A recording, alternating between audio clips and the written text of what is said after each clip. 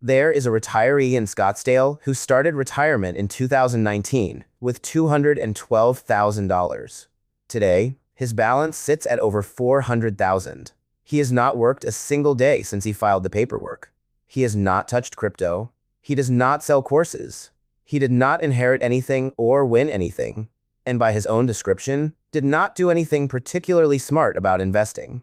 He just stopped his portfolio from counting down. There is a retired school teacher in Knoxville who walked out in 2020 with $187,000 in her 401k and a modest state pension. 5 years later, her investment account alone crossed $300,000. She still clips grocery coupons, not because she has to, she will tell you, but because old habits are more comfortable than their alternatives. And then there is the retired marketing executive, successful career, smart guy, who left with $1.2 million, followed every piece of conventional advice his broker gave him, kept spending at the rate his salary had required, and is now doing quiet math at 2 in the morning that he does not like the results of. He started with 6 times as much as the school teacher. His trajectory and hers are now pointing in completely opposite directions. Here is the real question. Why did the first two end up richer than when they started, while the third one, the man who walked in with 6 times as much, is watching the wrong number go the right direction? It is not about the stock market, not the interest rate environment, not investment IQ, and it is absolutely not what your financial advisor has been telling you. That is what the next 15 minutes is about. I am going to break down exactly how retirees quietly grow from $200,000 to substantially more, without aggressive trading, without market timing, and without grinding themselves back into full-time work in their 60s. This is the part that conventional financial media is either too lazy to explain or too commercially compromised to say plainly. Here is why this got weird. Every piece of retirement infrastructure built over the last 4 decades, the 4% rule, the target date fund, the Monte Carlo simulation your advisor runs in the third meeting, all of it rests on one assumption that nobody ever examines out loud. Retirement is a slow drain, a managed depletion, a dignified countdown to zero. You save, you stop working, you spend from the savings. The goal is to die before the number does, which is, when you say it plainly, an extremely grim framework for the final 30 years of your life. A growing number of retirees are quietly proving that assumption wrong. Their portfolios are not draining, they are growing. Some of them have no clear understanding of how it happened. The ones who do understand are generally not eager to talk about it, because the honest explanation requires a conversation about lifestyle and identity that most financial content would rather avoid entirely. I am not avoiding it. By the way, I built a free early retirement calculator because most online ones are mathematically wrong. They use return assumptions that have not been updated since the 90s and miss the compounding drag from modern fee structures entirely. It uses BlackRock and Vanguard modeling to expose the actual weak points in your plan before you're past the point of correcting them. Link is in the description. I only ask for your email to send the report. I do not store any of your financial data. Now, I want to give you one mental model to carry through everything I am about to say. Your retirement portfolio is either a countdown clock or an engine. A countdown clock starts at a number and moves in one direction. Every withdrawal is a tick. Every expense is a tick. Every market dip is a tick. The face gets smaller. Most retirement planning, every piece of it, is designed to manage this countdown as gracefully as possible, to make sure the clock does not reach zero before you do. An engine is different.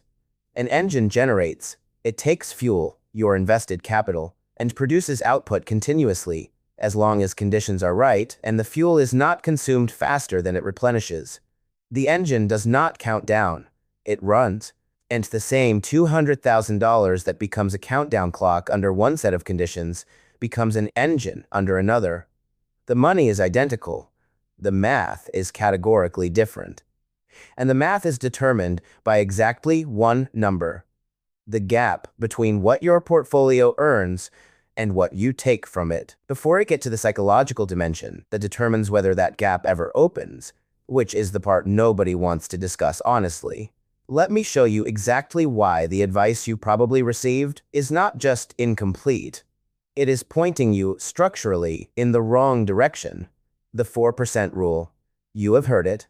Withdraw 4% of your portfolio annually in retirement. Adjust for inflation, and historically, you survive 30 years with something close to 95% probability. William Bengen published the original study in 1994. It spread through every financial planning certification program in America. It has been recited in advisory offices across the country like scripture ever since. Here is what the recitation omits. Bengen's study used historical U.S. equity returns from an era that included some of the highest sustained market performance ever recorded in this country. Vanguard published research in 2023, projecting 10-year expected returns for a balanced 60-40 portfolio at roughly 4 to 5% annualized.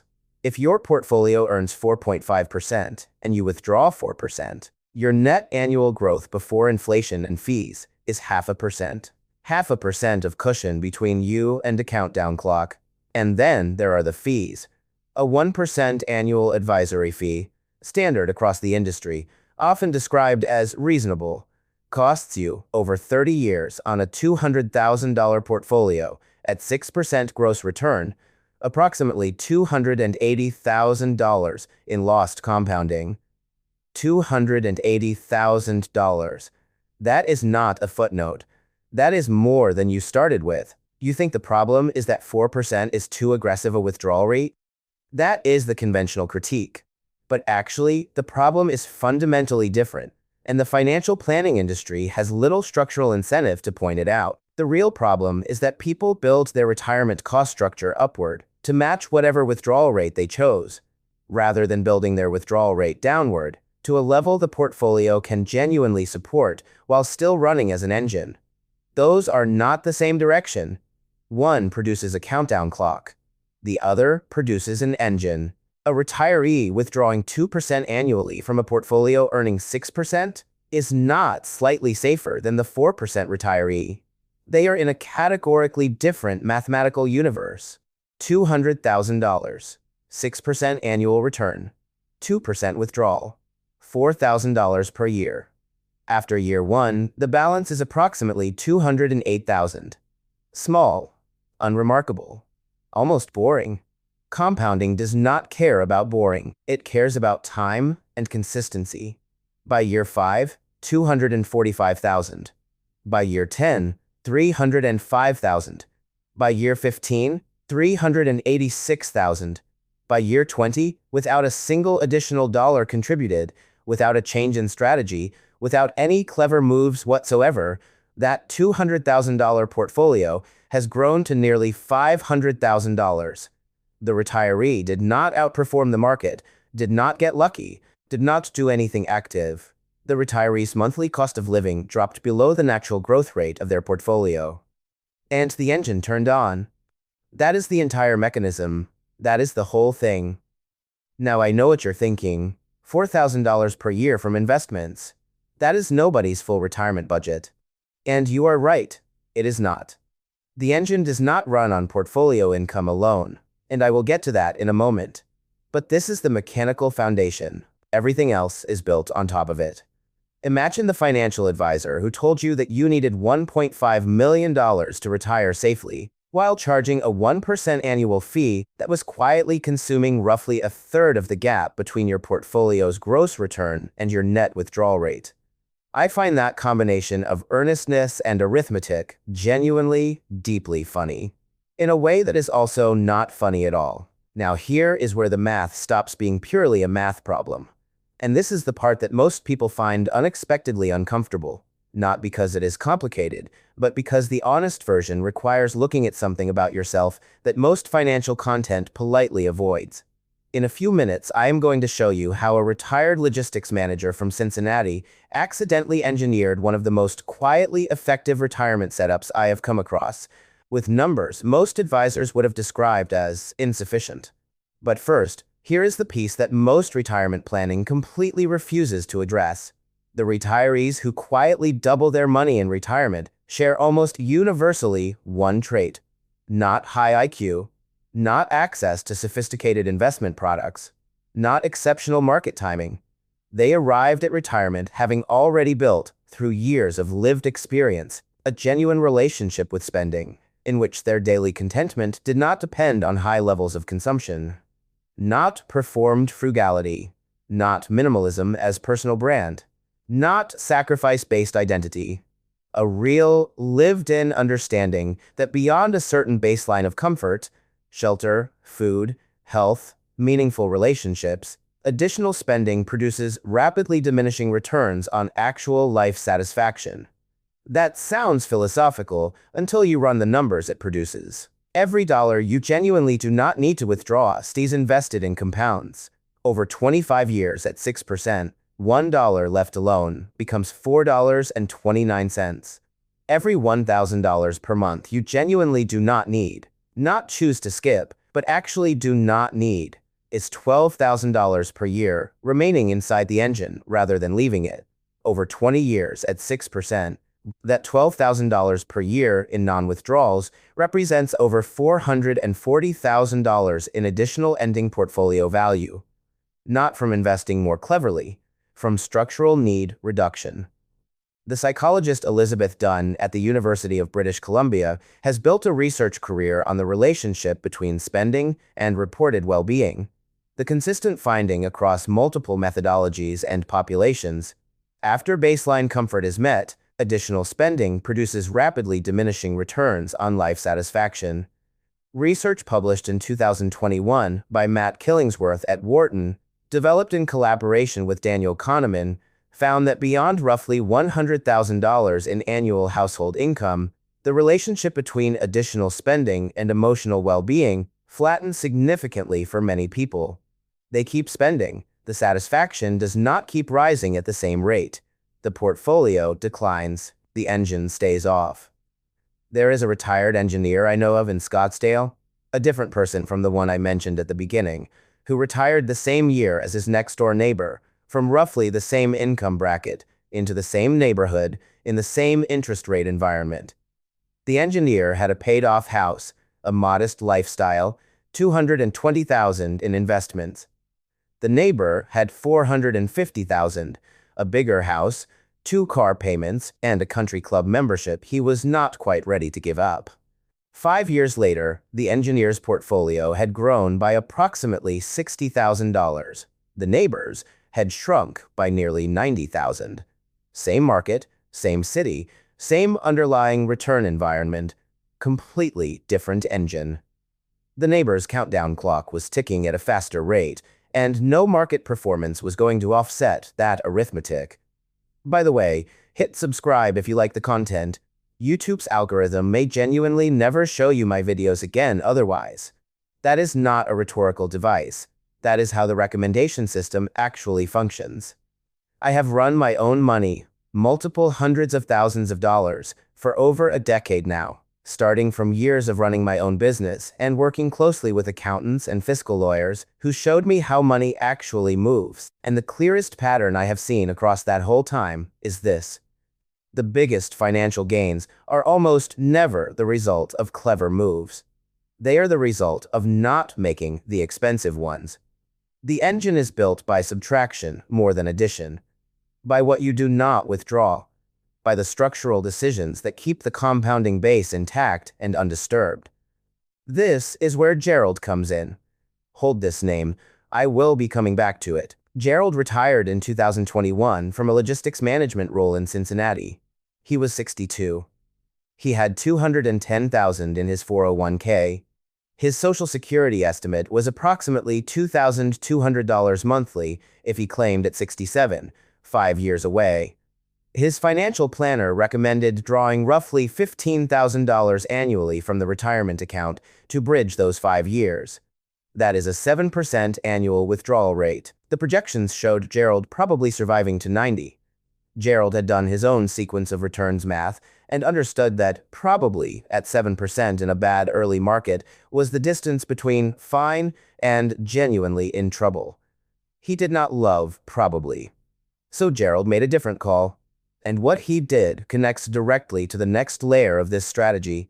the layer that actually makes the engine accessible to people who started with 200,000 rather than 2 million. Stay with me, because this next part changes the practical picture in a way that most retirement content simply does not get to. What Gerald did was simple. He reached out to a small regional logistics company that had been a former client of his employer and offered project-based consulting work, a few hours per week from home on his own schedule. He set his own rate. Total annual income? Approximately $14,000. $14,000 per year does not sound like a retirement strategy. In the context of Gerald's specific math, it was structural transformation. With $14,000 in consulting income covering nearly his entire monthly costs, his required annual withdrawal from the 401k dropped from $15,000 to approximately $1,000. His withdrawal rate collapsed from 7% to under 1%. The portfolio stopped declining and immediately began growing. By the time Social Security arrived at 67, 5 years into retirement, Gerald's balance had grown from $210,000 to approximately $270,000. He had drawn less than $6,000 total from the portfolio across 5 full years of retirement. Then Social Security started, $2,200 per month, comfortably covering his actual monthly costs, and his required portfolio withdrawal dropped to effectively zero. The engine was fully running. Gerald had not done anything technically sophisticated. He had kept the compounding base intact during the years when sequence of returns risk was at its highest, and let time do what time does. The Social Security timing decision embedded in Gerald's story deserves its own moment, because most people get this calculation wrong, and the lifetime cost is substantial. The Social Security Administration increases your monthly benefit by approximately 8% for every year you delay claiming beyond your full retirement age up to age 70. 8%. Guaranteed. Government-backed. Inflation-adjusted after claiming begins. That is not a market return with associated risk. It is a contractually obligated increase on a lifelong income stream that virtually no safe investment can reliably match. Research from the Center for Retirement Research at Boston College has consistently shown that delayed claiming, particularly for the higher-earning spouse in a couple or for a single earner in reasonable health, is among the highest return decisions available in the entire retirement financial system. Most Americans still claim before full retirement age. The most commonly stated reason is fear that Social Security will not be solvent when needed. The Social Security trustees' most recent projections suggest the combined trust funds reach depletion around 2035, at which point current payroll tax revenues would sustain approximately 79 to 80 cents on the dollar in benefits. A possible haircut, not a zero, and exactly the kind of projected shortfall that has historically produced congressional action well before the cliff arrives. Because implementing an 80% benefit reduction to the voting bloc with the highest turnout in the country is not a politically survivable position for any party in any election cycle. The guy who claimed Social Security at 62 because he was convinced the whole program was about to collapse, who then lived to 87, left approximately $120,000 in lifetime benefits on the table. The program did not collapse. He just priced his anxiety as if it were actuarial certainty. Social Security researchers have clinical terminology for this pattern. I call it paying a $120,000 fear tax. Let me make the full engine scenario concrete with one specific case. A couple, both 62, combined investment portfolio of $220,000. One spouse does part-time remote consulting, generating $16,000 per year. The other does occasional freelance work worth $8,000. Total non-portfolio income, $24,000. Actual annual expenses, $46,000. Required portfolio withdrawal, $22,000. On $220,000, that is a 10% annual withdrawal rate. Deep countdown territory. The clock is ticking fast. Now adjust one variable. Reduce actual annual costs from $46,000 to $33,000 by eliminating two fixed expenses. one car payment that is no longer necessary with both spouses home, and a subscription bundle nobody uses. Required portfolio withdrawal drops from 22,000 to 9,000. Withdrawal rate 4.1%. Marginal engine territory. Now add one more variable. They delay Social Security to 67. For 5 years, the portfolio carries a modest $9,000 annual draw at roughly 4%. At 67, the primary earner's benefit arrives at approximately $28,000 per year.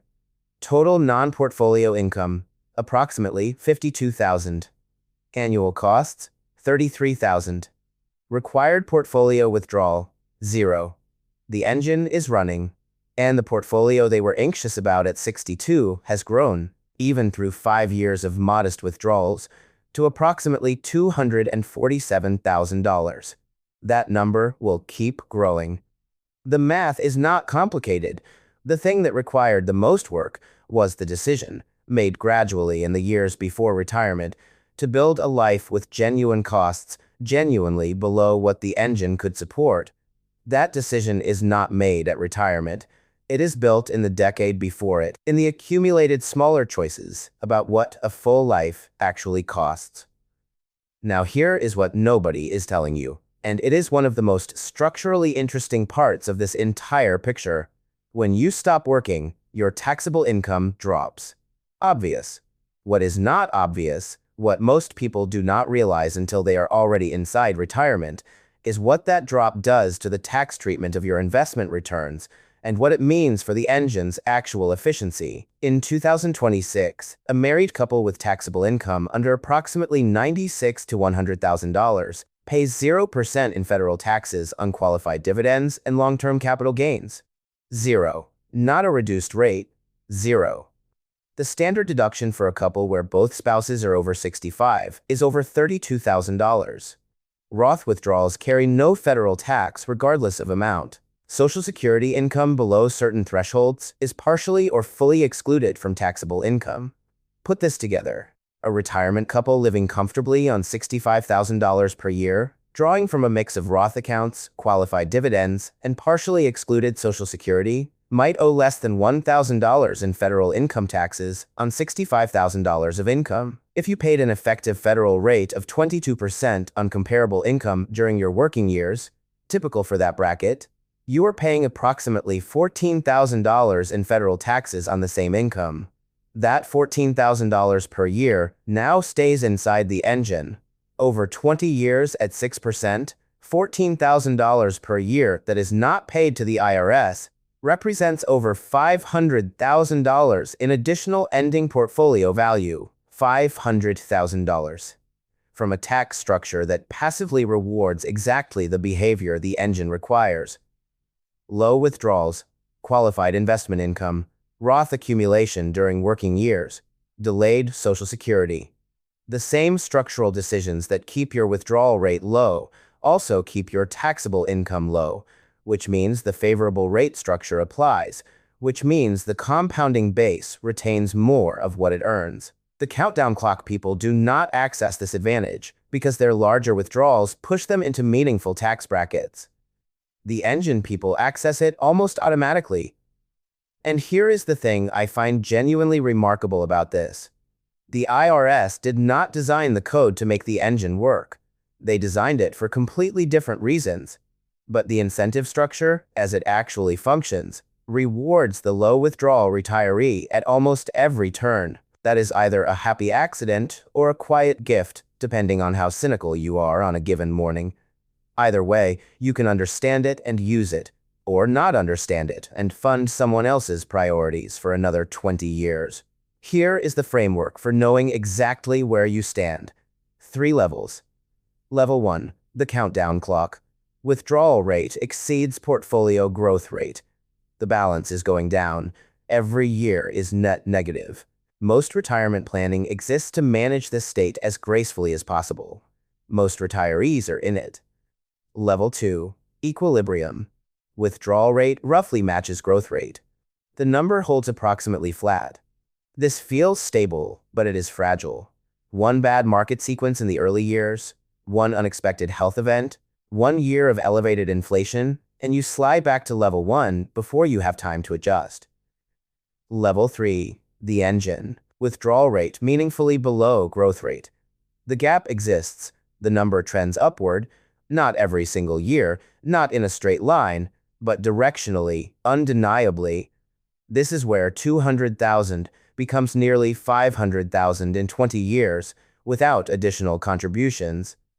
This is where Gerald went from 210,000 to approximately 270,000 in 5 years of modest withdrawals, and then continued climbing once Social Security arrived and his withdrawal rate hit 0.